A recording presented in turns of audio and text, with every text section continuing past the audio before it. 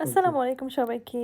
আজকে আমি আমার বেবি নুরাইজের রুমটা একটু ক্লিন করব। অ্যাকচুয়ালি ওর উইন্ডো আর ওয়ালপেটটা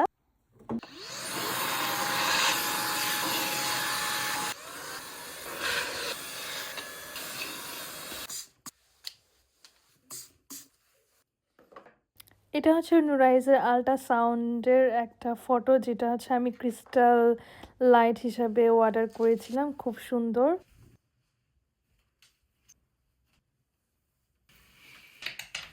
এই ছোট্ট কাজগুলো করতে আসলে মনটা খুবই আনন্দ ফিল হয়, লাইক মম থেরাপি।